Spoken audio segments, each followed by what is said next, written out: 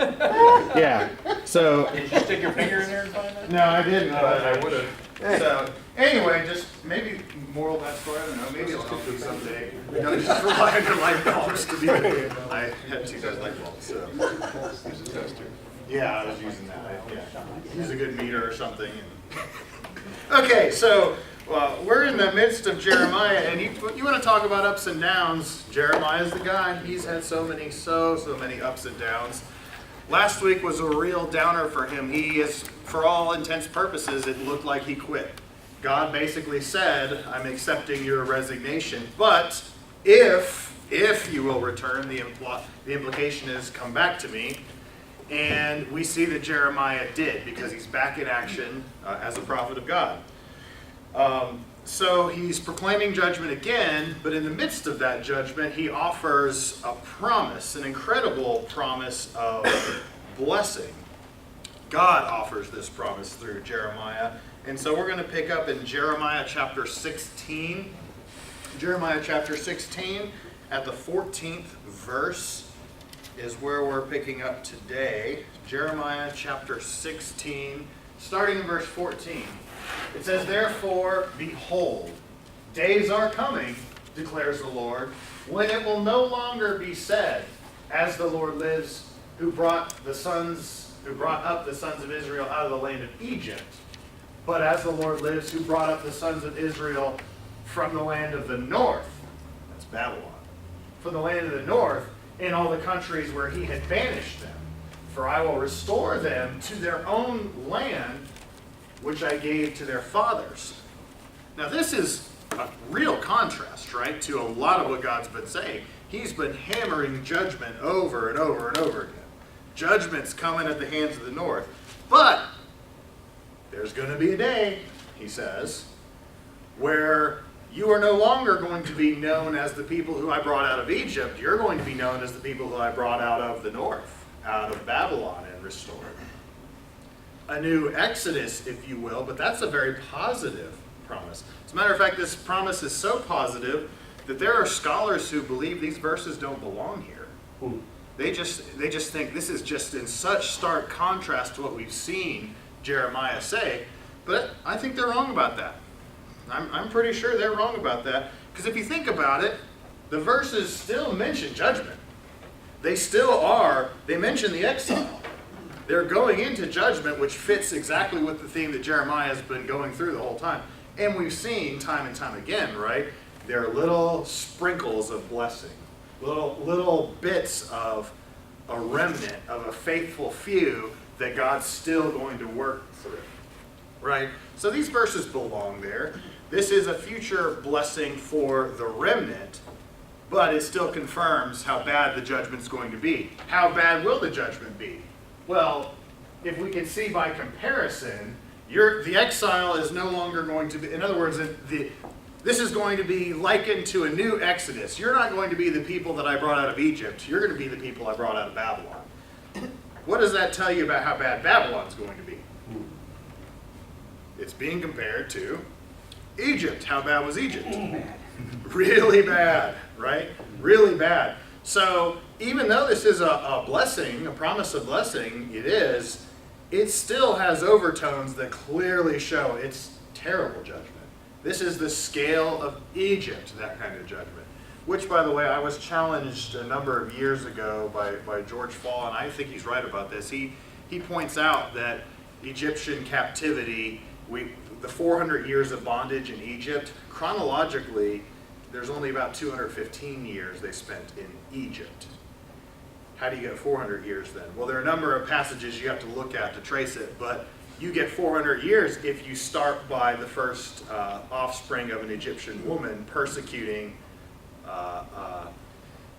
offspring of the Israelite offspring, but before that. So Abram's two sons, the son of Hagar, Ishmael, persecuting Isaac, which the Bible says happened. If you trace it from there, you've got a 400-year period of persecution. It was a good challenge for me because I thought, it is true. There are a number of dates that you have a hard time lining up. How do you have 430 years from the law to the promise and all this other stuff? Well, it can be traced out. You just have to pay attention to some of the details. some of the details. So this is on that scale. This is on that awful scale of how bad it's going to be. So there's a future blessing, though.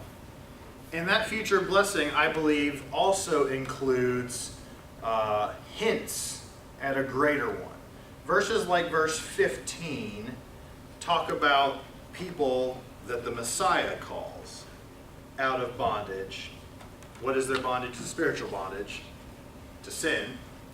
And then he calls them into a new kingdom. The kingdom of, God calls them into the kingdom of his Son. A lot of these Old Testament passages really were pre-picturing this greater New Testament truth, this spiritual reality that there are people in bondage to sin that need to be delivered. They need to be pulled out of that. Which, by the way, what do you call it when something in the Old Testament is actually picturing something that is far greater to come? Even if there is a fulfillment right then, there's a much, much greater picture. You don't know what the term is for that? Type? Thank you. You told me that I described it well enough if you answer the question. So thanks. A type is what I'm trying to get at. A type, it's like a picture of something greater. And that's a study that, I'll be honest, I'm scared to get too into because I don't want to make bad judgment calls. I think it requires a lot of knowledge of the entire Bible to accurately identify certain types. But there are other types in the Bible that are very, very easy to identify. Why? Well, Paul tells us. Yes. Or people in the New Testament tell us. This is exactly what that means.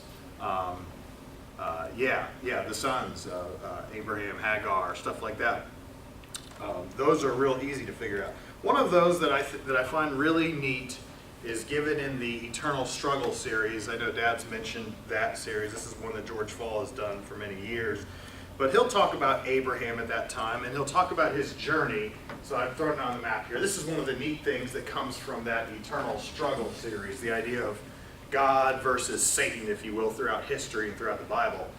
Abraham starts, his name is Abram at the time, and he starts from this place of Ur in the Chaldees, and then he travels. He's called to the land of Canaan, the promised land, but we know he doesn't go directly there. He actually takes his father-in-law Terah, his nephew Lot, and he travels kind of north along the Fertile Crescent there, along the waterway, and then he stops at a place called Haran and hangs out there for about 7 years, I believe, delays there. And then he ends up making his way down to Canaan, but when he gets in Canaan, and by the way, in Canaan there's Shechem, there's Morah, there's Luz, which is later referred to as Bethel.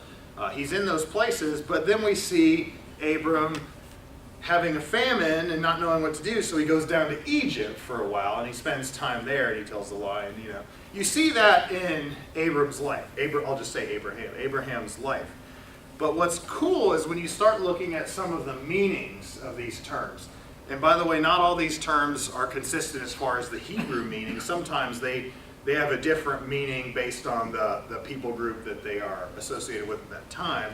But Fall will quickly point out some of those meanings. He says, Ur means fire, Chaldees means destruction.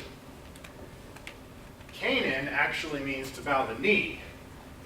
So God called Abraham out of a place of fire and destruction to the place where he would bow the knee. However, he took along Terah, which Terah, one form of his name can mean to delay, and they went to a place called Haran, which actually means fruitless. So if you think about it, God called him out of fire and destruction to a place where he would bow the knee. And what is in that? Some of those places we were talking about, the place of strength, the place of instruction. Luz would mean separation, but it was later changed to the house of God. So he called them to the place of strength, instruction, and the house of God, but instead of going straight there, he delayed for a while, took his father-in-law with him, and then hung out in Fruitlessville for 7 years. And then God had to come to him again and say, hey, come down to Canaan, come down to the promised land where you bow the knee. And so he came there. But did he stay there? Was he always? Unfortunately not. He went down to the land of Egypt. Now, the land of Egypt, the name Mitzrayim, is not that's the Hebrew for Egypt. It's not clear exactly what it means, but it is clear that it is a plural term for a singular place with the ending on it. So a safe speculation is that we are dealing with a dual concept, at least two of something. So it's safe to say that at least there's some sort of divided allegiance going on. So sometimes instead of staying in that place where you are bowed to God, you kind of deviate from there and you are, you're looking one way, but you're also looking another way. You have maybe another God in your life, another motivation that's distracting you. And so what does God have to do? Get your attention, get you to come back to the place where you bow the knee. So was this Abraham's journey? Yes, it was Abraham's journey. But is it anyone else's journey too? You know what I mean? Isn't that the journey that we all are faced with in our lives? God wants us to come out of the place of where we're lost, fire, destruction, to where we bow the knee, but sometimes we delay, and then we hang out in Fruitlessville, where we just are indecisive. We go halfway there and then we quit. Then we get there, and sometimes things are great, but then we have divided loyalties, and we start getting distracted. We head down into Egypt, or the place where our motivations are split. Then God's got to call us back to the place of strength, instruction, to the house of God. It's really cool. It's really cool. All that's kind of associated with the idea of types, of things that we can see that have a greater picture, a greater meaning, a lot of them from the Old Testament, which is neat.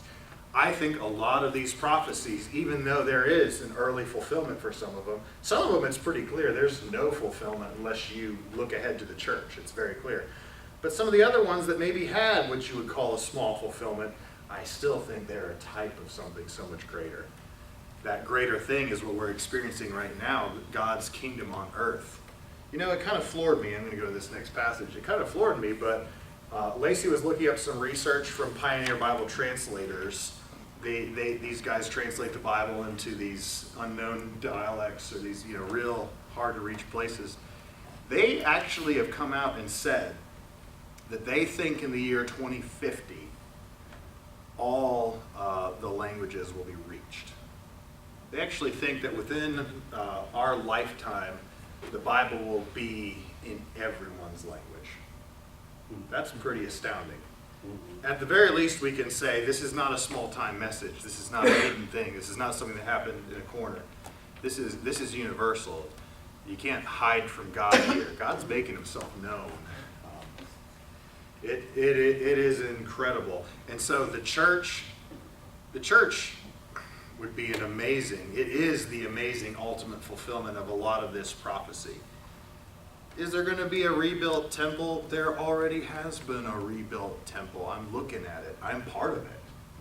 You and I are the temple of God. And that is so much bigger than any building on earth will ever be. And that's just one example. Is there going to be a kingdom? Well, how many soldiers could we collect? What's the strongest nation on earth? How about you take all the Christians throughout history and see how much they line up? How big of a kingdom would that be? How many people are we talking about there that are encompassed in this kingdom? That's the kind of kingdom that is bigger than any of the earthly kingdoms you're ever going to get. You know what? America's a sweet nation. I love it. But what? We're not even 300 years old yet? I mean, look at Egypt's track record. I mean, look at other nations. They lasted a really long time. How much time do we got? I don't know how much time we have. But we're a great nation. But we're only 300 years old. We don't hold a candle to the kind of kingdom that God's church is. The thousands of years it has already endured, even in the midst of terrible persecution, and you can't kill it. People have tried to kill it. They keep trying to kill it, and they keep failing time and time again. And those stories can just get downright funny sometimes. Downright funny how people try to kill the church, and they just can't do it. But that's not what we're talking about today. However, with that analogy of type, let's continue. Verse 16. Behold, I am going to send for many fishermen, declares the Lord, and they will fish for them. And afterwards I will send for many hunters, and they will hunt from every mountain and every hill, and from the clefts of the rocks, these hiding places where people would hide often. For my eyes are on all their ways. They are not hidden from my face, nor is their iniquity concealed from my eyes. I will first doubly repay their iniquity and their sin. because they have polluted my land. They have filled my inheritance with the carcasses of their detestable idols and with their abominations. Does this make you think of anything in the New Testament? Behold, I'm going to send for many fishermen. We've got fishermen coming, and what are these fishermen doing? They are fishing for them. Who's them? It's people. They're fishing for men.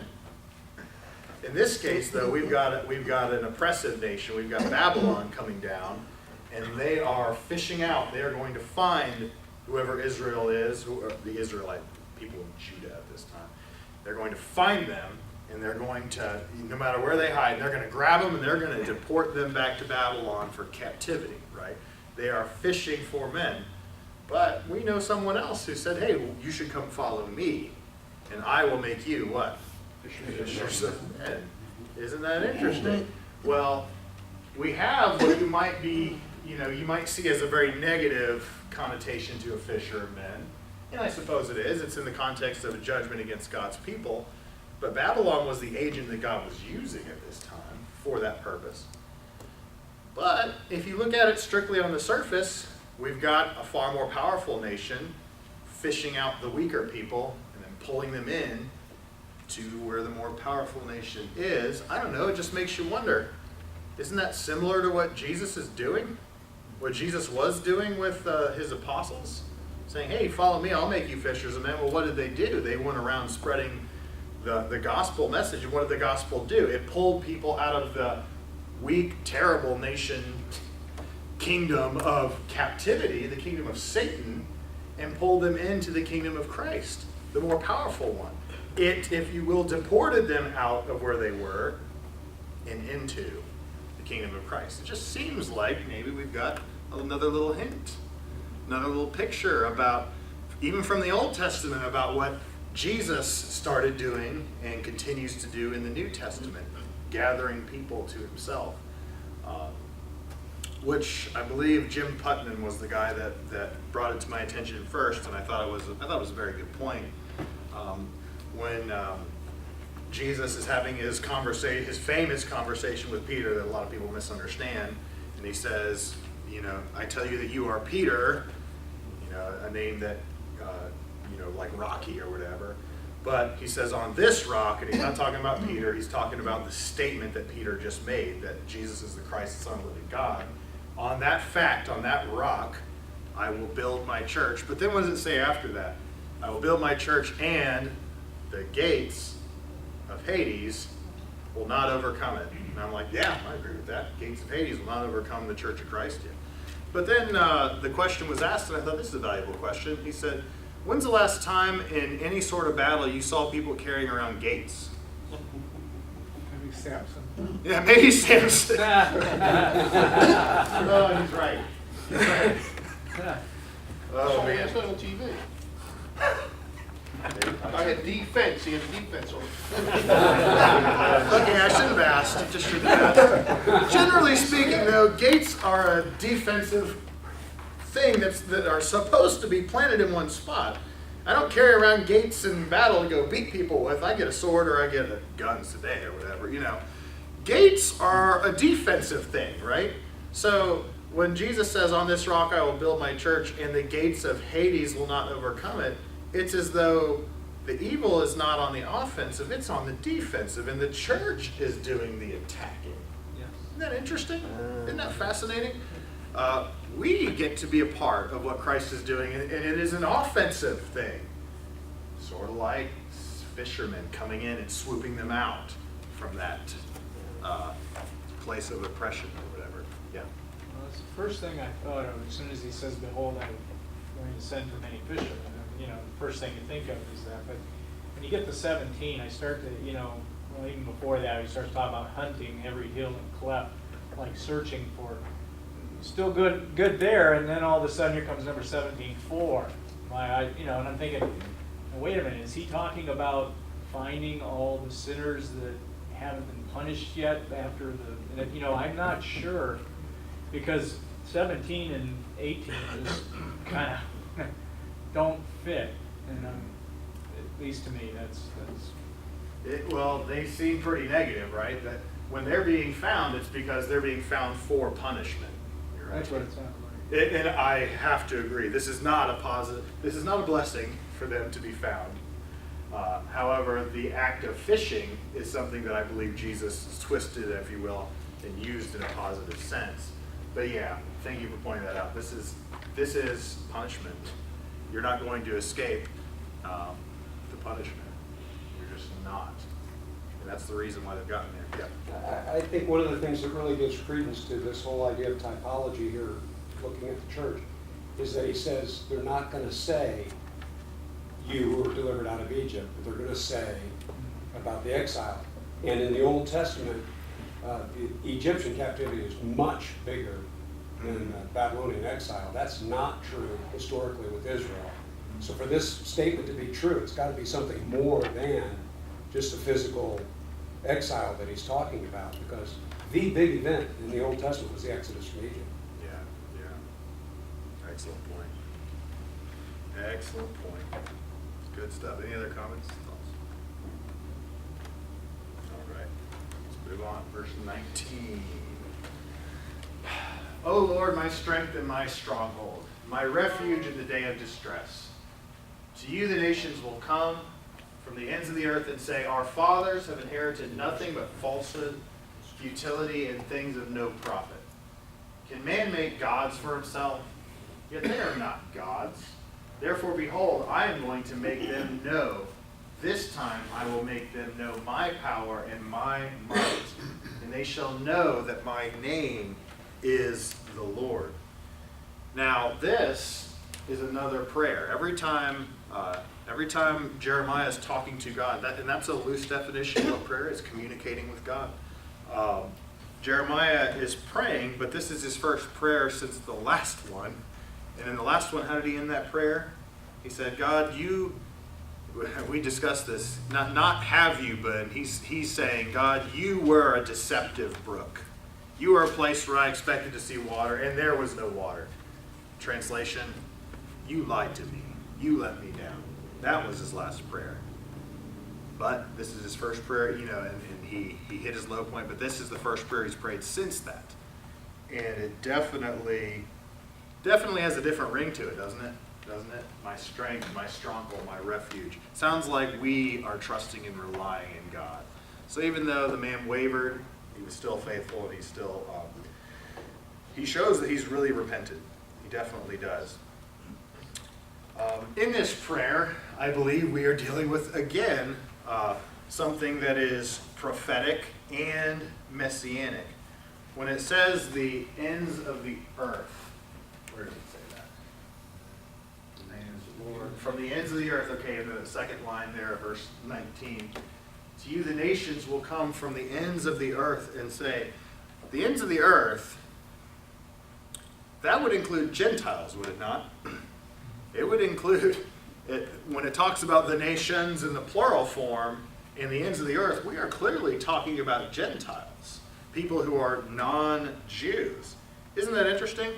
So these aren't just people coming to God. These are people who are not Jewish, and they themselves are coming to this awakening where they realize this idol isn't substantial.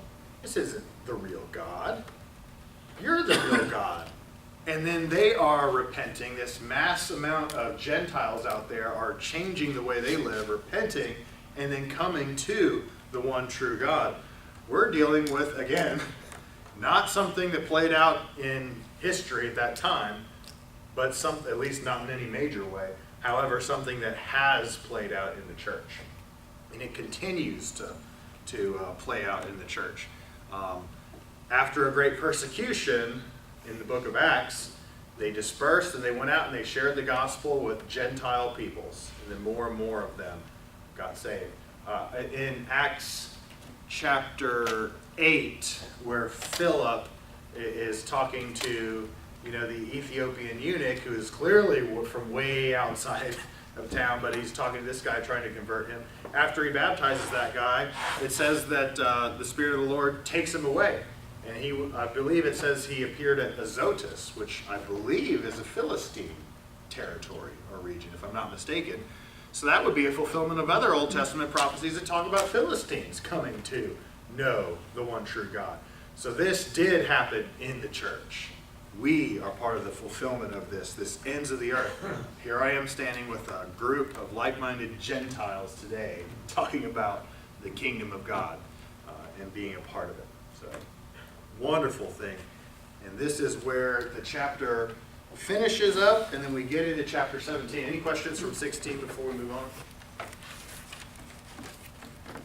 All right. When there's none, that's either a really good sign or a really bad sign. I'd like to think good. The sin of Judah is written down with an iron stylus with a diamond point. It is engraved upon the tablet of their heart and on the horns of their altars. As they remember their children, so they remember their altars and their asherim by green trees and the high hills. O mountain of mine in the countryside, I will give over your wealth and all your treasures for booty, your high places for sin throughout your borders. And you will, even of yourself, let go of your inheritance that I gave you. And I will make you serve your enemies in a land which you do not know, for you have kindled a fire in my anger, which will burn forever. We're talking judgment again, and the sin of Judah is written down. How is it written down? It's chiseled down with the iron stylus, with the diamond tip point. I mean, it's chiseled down on that hard heart of theirs. When it talks about it's chiseled onto their heart and it's chiseled onto the horns of their altars. So both, and you remember in the temple, you've got outside, you've got the bronze altar, the big bronze altar, but then you also have the smaller altar of incense in there too. And the corners of these things would have little projecting areas, you call them horns, if you will. And on these horns, a lot of times the blood, the sacrificial blood, would be smeared onto the horns of the altars. So what's interesting, and by the way, in Old Testament times, why would you bring blood to one of the altars and smear blood there? What was the purpose of that? It was a sacrifice, and what was the purpose of sacrifices? Yeah, to make you right, even though they knew in their mind, like, how can this make me right? This doesn't really make me right. It essentially pushed back punishment for another year or another amount of time, depending on the sacrifice. It essentially was supposed to withhold God's wrath on you and make you right with him again, even though Hebrews tells us, like, it never did that with your conscience. Never really did that. So you would bring the blood there and you'd smear it on the horns of the altar. That's the very place where you would get atonement, be made right. But the very place where you're supposed to get it, they would find out that is where the sins are chiseled. That very place where you would come to be saved is the very place where you're reminded it's hopeless for you. So that's a very kind of stunning indictment, if you will, to say that your sin is written down right here, and the only place where you get any hope, it's ironic, to say the least. Very ironic that he says there on the horns of the altar. So if you see that, you've got a double situation here. You've got a contrast, not a contrast, you have complete and utter failure for them. Their sin is so obvious, it's within inside them on their heart. And then when they go outside to their worship, it's chiseled on the most sacred part of their worship where it will be dealt with there too. So both inwardly and outwardly, they are guilty. And there's no escaping the judgment that comes. The sin leads to the judgment. And they're guilty of what? Well, verse 2 says, they remember with their kids, those good times, those wonderful family memories, are not serving God. They're serving what? They remember their altars and their asherim, the goddess Asherah, a pagan deity. That's what their memories are. Now, if you have a King James Bible, I think there's probably an unfortunate translation here. I think the King James says groves there. Probably not a good translation. This is the word for Asherah. That's what the Hebrew word is. We're talking about a pagan deity. And yes, her image would be carved into groves sometimes or into wood. So, you can say that, but We're clearly talking about something bad. And it's sad that that's their family memories. This has been going on long enough that with their kids, they can remember doing that and not spending time with God instead. So what's the result of this? Well, verse 3 and verse 4 say, there's a fire that you guys have kindled with your wooden Asherim, if you will. There's a more destructive fire that doesn't burn out. Well, why does it burn out? It doesn't burn out because it's got a purpose to do, and that purpose is judgment. I think the point is maybe not an early allusion to hell. I'm not so sure he's saying that, but he is suggesting that this judgment is thorough. It will not quit. It'll do the job. It'll make sure it's. So you don't think it's an indictment of the law system? Say that again? Well, in other words, a fire that burns forever. In other words, no more Old Testament. I know they're not done yet, but the fact that Jesus is coming and the new covenant, I'm just wondering if the fire that burns forever is not kind of an indictment of the old law system. I don't know. I'm stretching it, but No. I'm in a battle with my grandson and 2 grandsons and their father who believe that we're still under the old law and everything. So I'm looking at things a little bit differently. And I mean, hopefully not wrongly, but Yeah. Oh, that's yeah. I know we've talked about it in here, but that's yeah. It's funny because there's so many ways I want to process that in my mind. Because I think I can understand why people think about that, but it's just unfortunate. We're not, nor were we really ever under the old law system. I mean, if we're getting back to Hebrews made the point very, very thoroughly. These sacrifices were not working. The people knew this doesn't logically even make sense that an animal somehow forgives a human's sins. Why is it not cleansing my conscience? Why? It was a shadow. It was something designed to give way to something greater. And so what's sad, and we see this done in so many different ways, is that instead of taking the greatest of all, the perfect design of God, the thing that, the most glorious thing that he's been looking forward to, people will settle for a lesser. And we see that in people settling for the law sometimes, as far as trying to make all of it binding today. You're settling for something that was only it was a shadow. The New Testament tells us it was only supposed to shadow something greater. But then you also see it done with spiritual gifts all the time too. Another thing that was clearly a shadow of something so much greater that was to come, and yet people are clinging to the shadow. They're clinging to the piecemeal. And it's sad when you see it, because I think what people don't realize is that you're missing something greater. You don't realize it. You may feel more spiritual, but in your effort to become more spiritual, you've actually become a little less. You've missed something better that God had for you. And I think law is attractive because there's so many do's and don'ts. It's so like, do not do. We are just more comfortable being in bondage to that sort of thing. It's, it's a little bit more like a work salvation. It's just more comfortable, sadly. But Jesus liberated us from that, and yet we're somehow more comfortable to go back. It kind of makes me think of people who today are in real life slavery, and yet because of some false things that they've been taught, right? They somehow will think, you know what, I don't deserve this because of karma or because of some other reason. I guess I should go back. And they will. It's just sad. So, sorry you're in that. yeah, me too. Why would you say that we are more comfortable with the do's and the don'ts? I guess I don't understand that. Well, I'm not sure either, except that, what's that? It defines it.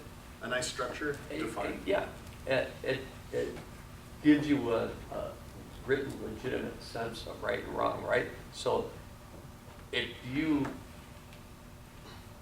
aren't going to accept the other one fully, you got to find a way to justify your behavior.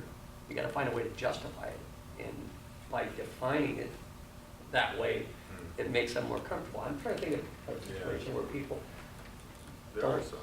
Well, don't humans always kind of want, get that dopamine high from doing good or bad? But there's a lot of gray things in the world that don't get defined by good or bad, and they're kind of enveloped in this, in Christianity, and just the basic idea of what we're talking about right now. But if you have a binding law, that's yes or no. There's no such thing as the gray area, so you're just avoiding like Very any of that concrete. gray. You're not touching any of that. Yeah, but what do you do about the things that are in the gray area? The things, That would make me very uncomfortable. So as the far law as is- the misnomer that the law has no gray area, that's one. There are plenty of, if you will, called gray areas or things in the law where the Pharisees tried to parse those out, and then you see how their interactions with Jesus show how awful that was, how they ruined the law by trying to parse it out in so much great detail so that people would never break it. I think, and just, I hope I'm understanding all this conversation, forgive me if I'm not responding properly, but I think people have a hard time with grace because they feel so guilty because they are sinners and they know they are.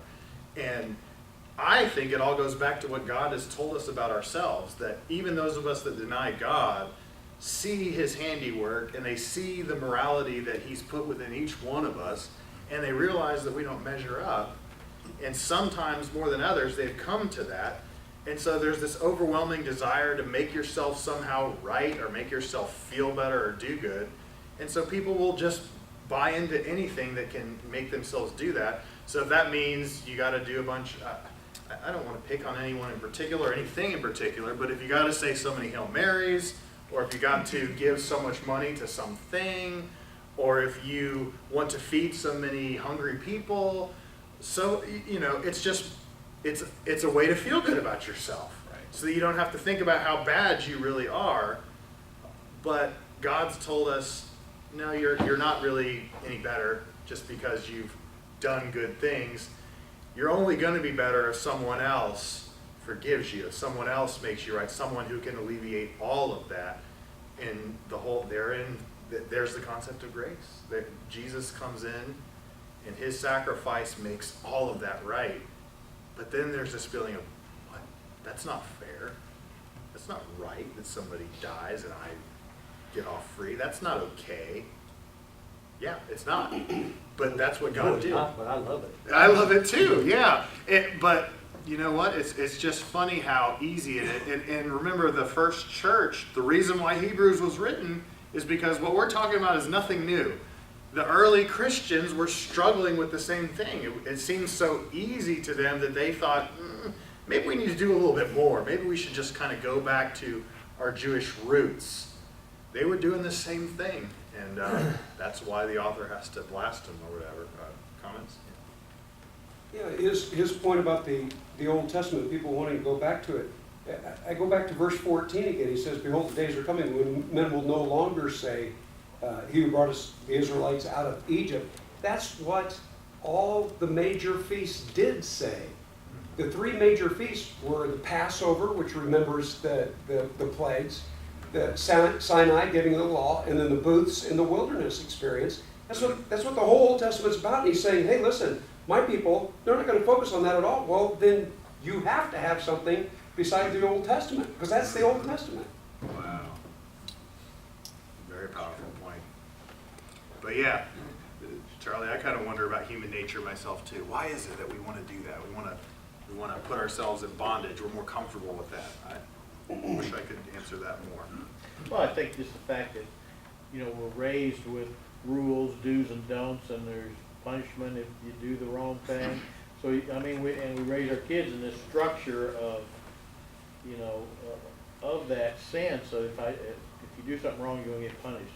You know, you're gonna be corrected, and so it is the same way. We're expecting these, you know, maybe we're more comfortable with the laws and the do's and don'ts, so that we know exactly the boundaries that we're supposed to be in. You know, and it's hard. And like you say, you feel guilty because you know, with me, some of the things I did in my past, sometimes if I allow it to, it just wrecks me because I think there's no, you know, how can I be forgiven for that?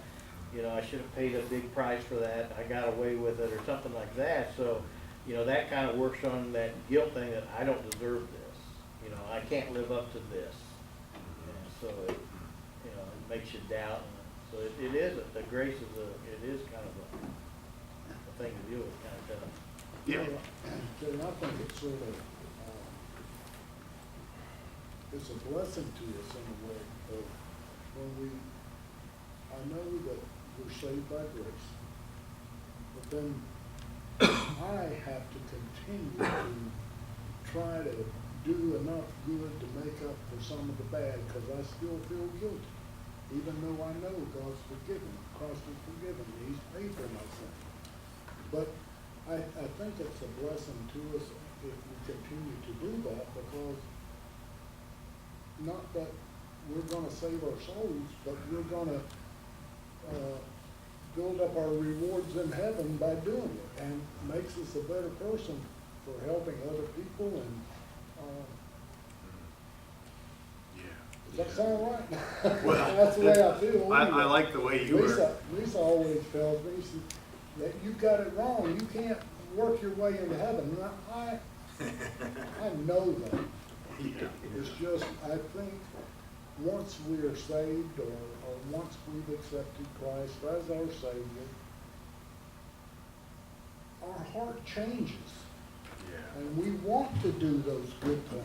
Yeah, Yes. yeah. Yes. You know? That, I totally agree with that. I think you don't work to get to heaven, you work because you're getting heaven.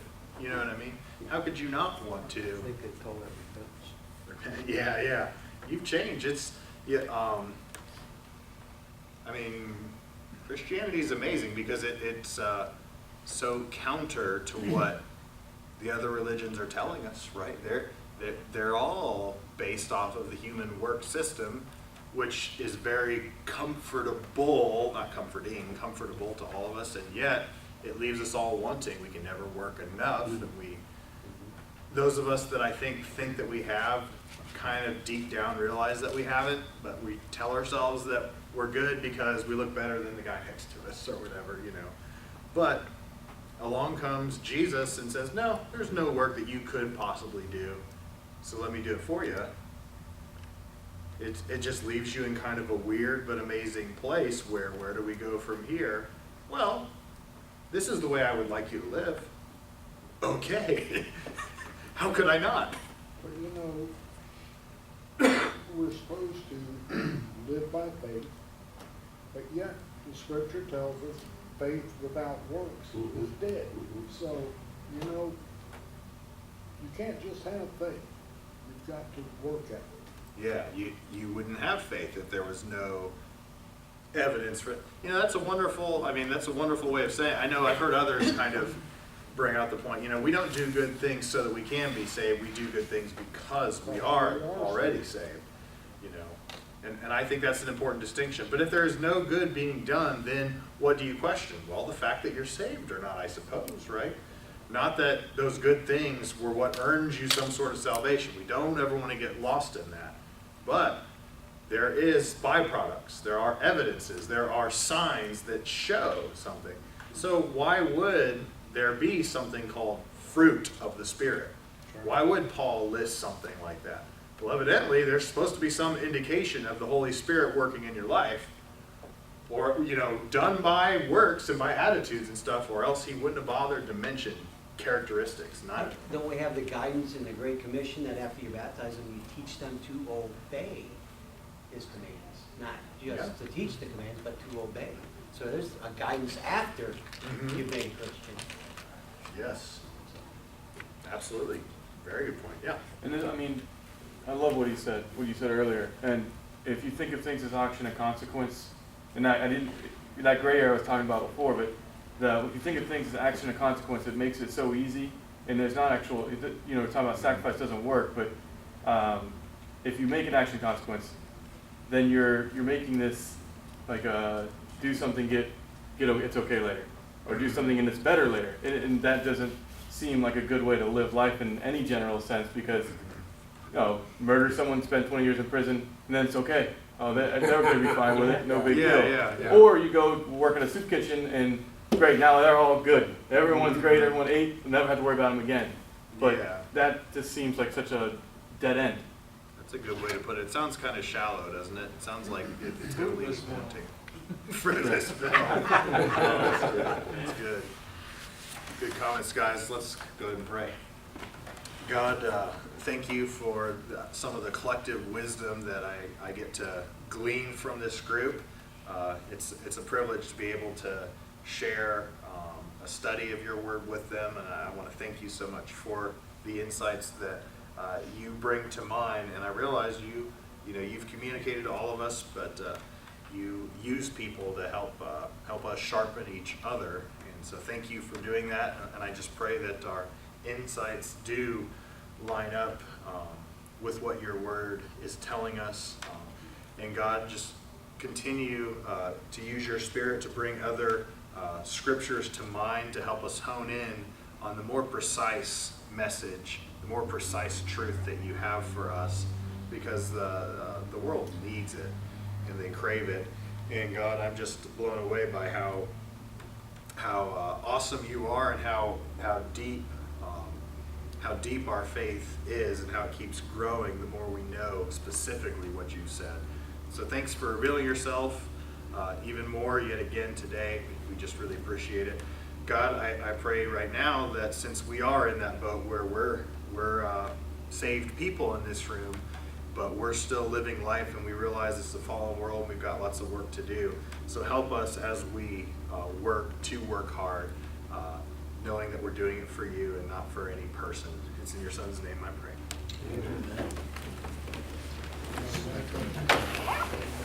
Amen.